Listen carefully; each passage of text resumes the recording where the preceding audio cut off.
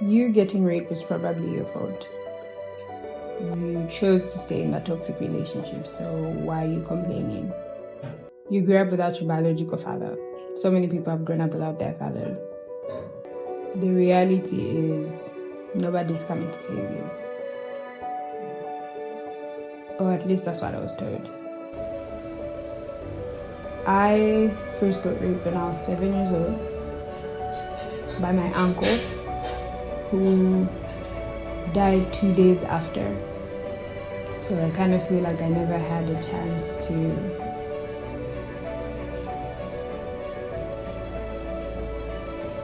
process or grieve or receive an apology.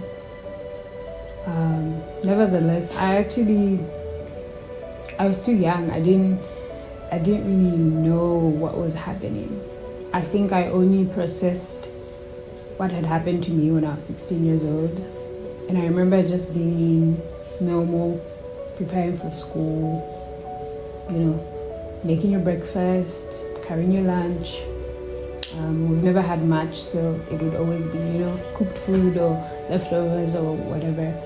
And just like you'd see in movies, flashes started coming to me around that age is when I started to understand what had actually happened to me, what was taken away from me. All I remember is glancing at my cousin because we used to share a bed. We used to share a room. And my eyes locked with hers, and it's like I was asking for help, pleading for help. But this is an older man, and you're there, and I just laid there. I didn't scream, I didn't push him, I didn't cry. I just laid there. And for a really long time, I blamed myself for not saying anything, doing anything. And I believed people because when I eventually did start speaking about it with my friends, they would always be like, yeah, but it happened to you when you were young. What does it matter? Like, just get over it. And I heard that line so many times, get over it, that it made me feel guilty for feeling those emotions. And aside from that, the whole, oh no, you're not the only person who's grown up without a dad. And I know for other people it's more intense. For me, people always thought it would be easier because I never met him. I was born, I didn't know how he looked like. The only time my mom and I ever talked about it was when a day where she thought she was dying, and she told me and my brother that we were half siblings and that my biological dad was Somalian. That's the only thing I know about him. And I don't know, after having that conversation, the more I looked at her, the more I looked at me, the more I heard people say, oh, you look like your mom. But I would always see differences, and I'd always wonder. So I'd always tell myself, anything that's not on my mom's face, I probably get from my dad.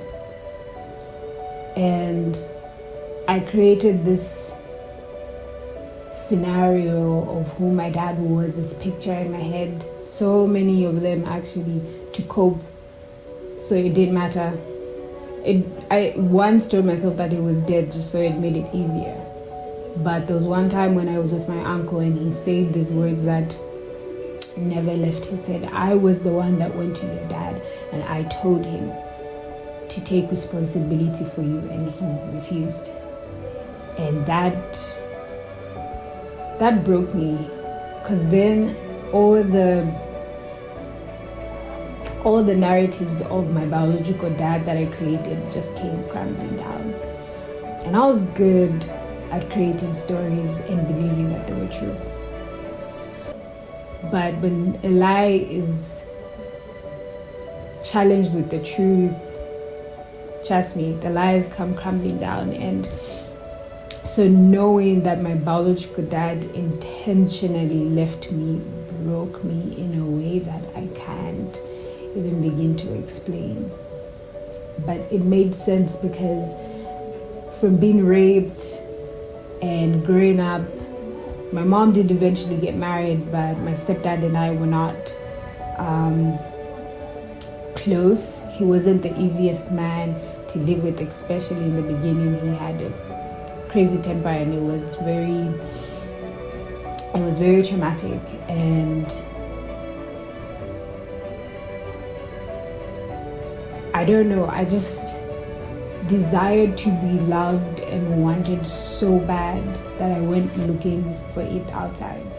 And the funny thing about being someone who's broken, as the world would say it, or someone who is desperate to be loved, is you carry an aura or a stench, if you will, that a predator can sense, can smell, can see. And unfortunately, my first boyfriend was one of those. For me, the relationship felt normal. He was a dancer, I was a singer. It felt like fate. And the fact that he was like way older than me didn't click. Much earlier in life did I realize how wrong the relationship was. But aside from him being abusive in ways that I can't even explain, he molded me to be whatever he wanted me to be, and I went for it. I completely lost myself because I believed that that's what love was. Making sure that the other person was happy, no matter what that means to me, even if it means pain or anything. And that relationship was, I don't know, the beginning of when the masks began. And later on, the relationship with him was just so messed up that he kind of set the trajectory of how the rest of my relationships were. Because he kind of played a father figure in a way, boyfriend, toxic, manipulative in every single way. And every time we were intimate, it felt like I was being raped all over again. Because I never wanted it. But I don't know. He had a way with words. He had a way that made me feel like I was wrapped around his finger and I didn't exist. I wasn't worth anything, and the only way I could be loved was by doing whatever it is that he wanted. And he eventually ended the relationship by just sending a text. I remember I was on a bus and he sent the text saying, "We were never together." I held my tears back on that bus for as long as I could, but that hurt on so many levels. It felt like I was reliving every single disappointment, every single person who left me in that moment, because I felt used, betrayed. That was the first time I ever tried to take my own life because I felt so worthless. And I just didn't see the point anymore, because to me it made me realize, or at least what I believed was, the only way you can live on this earth is if you're loved, and I wasn't. At least that's what I told myself. And